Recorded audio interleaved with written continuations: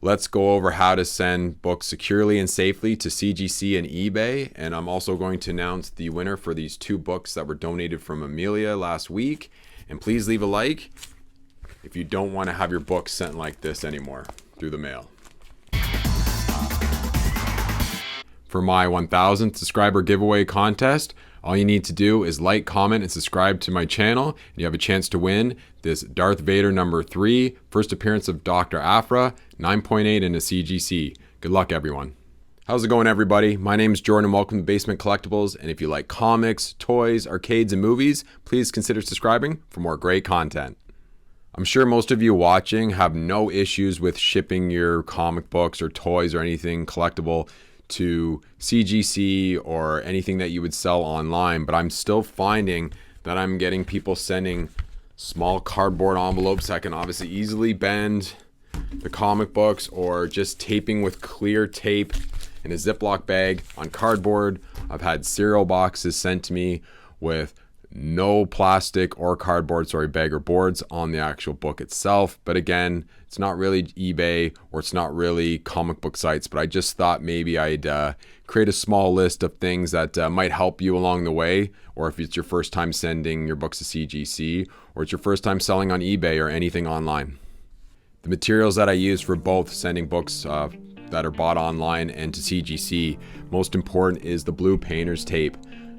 This is the best in terms of the adhesive. It can come off very easily, but it can secure as well. So if you don't have the blue painter's tape, you can go with the green style. That seems to be the most common. But in terms of the clear tape, it's great outside of everything. So once you have your comics inside and secured around cardboard, maybe use this. But obviously I see a lot of people when I get things back, they have it smothered in between or inside the comic. This obviously takes a long time to get off, which I'm glad it's secure, but I personally haven't ripped the book, but a couple of my friends have told me that they were so close to the edge and it takes off some almost over the top if they're not careful when they're ripping across the tape. For the packaging for any eBay sales or any online sales, I always go with, especially if it's 1 or 3 comics, I use a bubble mailer. And if you can, use as thick as cardboard as you can, and especially for the comic book, make sure obviously the comic book is smaller inside and you have at least a half an inch or an inch around for the cardboard itself. For the size of the bubble mailers, if it's 1 to 3, I use the 9.5 to the 13 inch. If it's just one comic, you can get away with the 8.5 inch by 11. What's great about this is that it will, when you go to the post office, of course, they won't ship this as a package. Because it can go through the mail slot, they always try to measure it up when I get to the post office to see if it'll go through. This will save you at least $5 to $10 to have it in an envelope, rather than a box like this. If you have no choice, you have no choice, and you want to overkill it, use the box. But definitely something like this in a bubble mailer, as long as you have thick cardboard on the inside. I also like to take more backer boards, put the backer boards around the comic book first, use the blue tape just to secure this, and then once it's secured,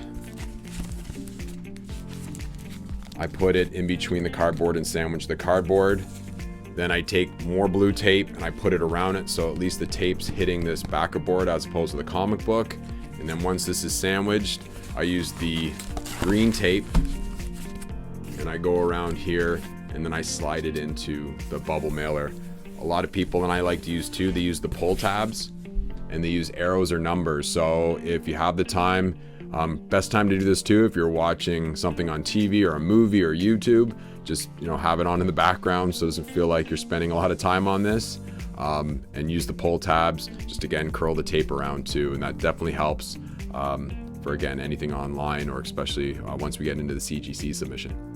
3 tips that I can offer while selling online is, the first one, take pictures of the process of how you're packaging the books itself.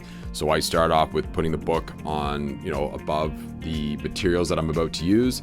And then when I start into it, I take another picture. So I almost have about 2 to 4 pictures of the process what all the materials that I've used, especially if you're not going to track the item. I find that once you show, the buyer all the materials, the comic book in place, in position, and then also the top of the envelope with your address and everything, they always come back and say, thank you very much, appreciate all the packaging, and they're already satisfied and they know that at least they've seen this thing go out.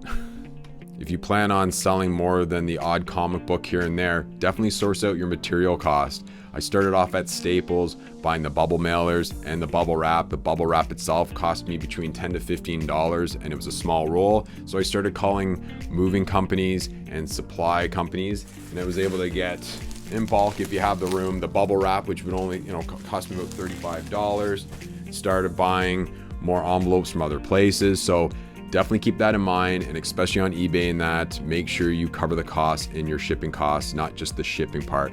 I find that I used to ship books out for $10 to $15, and I was probably spending almost $10, it felt like, in all the materials, depending on what type of book it was, if it was a CGC slab. So definitely make sure that's covered in your price, so then you don't feel like you're gonna skimp on the materials because they're costing too much.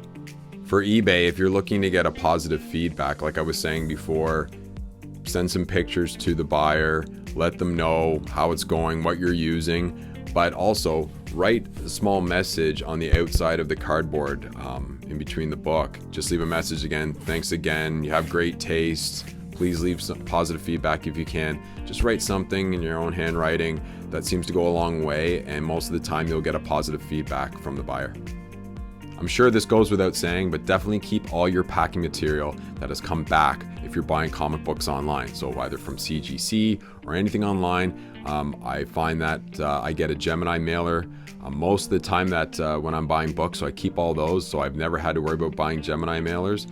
Any certain bubble wrap, any cardboard, if it's already been cut out properly, you can reuse that when you resend another book out. So definitely keep all the packing material if you have the space. A few people asked me in previous videos how I submit to CGC. So I just want to go over the materials that I use and a couple tips that I've learned along the way to make sure that you get the books back that you've obviously sent them to. And obviously, especially if you're looking for a 9.8, you want to make sure that these books get there as safely as possible so you get the best grade. In previous submissions, I've been keeping all the CGC boxes. It's great material. They use really thick items, especially the bubble wrap. But if you don't have a box from CGC, definitely find something where it gives you enough room, of course, to either bubble wrap or have more cardboard around the outside of how you're putting your books into place. So when I started out, I was using bubble mailers. So I was putting the books inside bubble mailers, maybe 1 to 5, and I was stacking the bubble mailers inside. And then I started taking cardboard and more bubble wrap around the edges just for in case of impact. But in terms of the box, if you, let's say you want to use an Amazon box, I highly recommend putting more cardboard, maybe sacrificing another Amazon box and putting more cardboard on the bottom and the sides and the top just to give it more cushion, because they use a really thin grade of corrugated paper. So keep that in mind in terms of the box to give you enough space, but at the same time, when you close the box, you don't want anything to rattle inside or shake. So definitely do the shake test before you send it out. When you're doing your order online for CGC and you're doing your submission list, if you have the same book in the same submission, if there's 2 or 3 of them, make sure they're never together in order. So make sure they're not 1 and 2. Always have, let's say I've got cover A here that I'm finally submitting, and I've got another cover A of Something the Killing is the Children. Make sure that maybe this is number 1 and this is number 5. Don't give the grader an opportunity to look at the first book and then use that as a reference for the second book. Now, I'm a little bit overkill when I'm sending my books in to CGC, but I use top loaders, and I also use some more backing boards in the top loader so they can't shift. But if you're just using just the comic books with the bag and board on it, and either using bubble mailers or Gemini mailers, I normally put these in a Gemini mailer as well, either between 1 to 5 depending on the size of the mailer itself. But always put your books face to face and then backboard to backboard when you're placing them inside the box, especially if they have to sit on their backs the whole time, and it's going to take up to 3 to 6 months for them to sit in the same position. Obviously, you'd like to have it upright if you can, but most boxes that you're probably going to be using has to be laid on their back. So just keep that in mind to go face to face and backboard to backboard when you're submitting your books. Now, with the wait time surpassing almost 4 months at CGC, you want to make sure these books can handle sitting for as long as they can to be safe from your postal service to CGC's receiving side to the next stage at CGC. So I definitely recommend, depending if you're doing 25 books to 10 books to 5 books or 1 book, to just make sure that you keep on sandwiching in certain cardboard. So if there's 1 book, sandwich it properly with the 2 pieces of cardboard. Maybe use a bubble mailer if you don't have a Gemini mailer. Just use as many things as you can to properly lay them flat. And then once they're in the box, surround it with bubble wrap. Supply more cardboard around the edges, again, for impact on the edges. If you need to customize a box, so if you have 1 box and you have to cut it in half and you have to lower it into that side, just shorten the top part and slide it in, and then use the clear tape. Write the address on the top of the box and then print off a label to put on top. I'm overkill with that as well. I make sure that I have obviously a return address, and I know in Canada we have to go through customs, so there's a lot more paper stuck to the box itself. But just make sure that this box is surrounded with bubble wrap, cardboard inside, and your books are not shifting. So definitely do the shake test just before you send it to the post office. So before I announce the giveaway winner from last week's video, again, I really appreciate you guys watching this video. It's not an exact way of doing things by any means. So if you have some suggestions that maybe will help me out as well, please leave them in the comments below. I just hate seeing people, unfortunately, getting their books back and it's damaged because people are just speeding through all the shipping materials and not doing it properly. So I hope it helped, or at least one suggestion helped one of you guys out.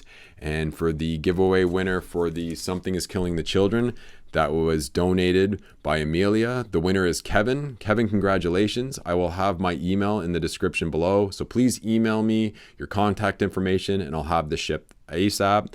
And thanks everybody for thanking Amelia for this. I'm looking forward to more giveaways soon. So keep on commenting for a chance to win on these giveaways. And I'll see everybody this Monday for New Comic Book Day. Take care.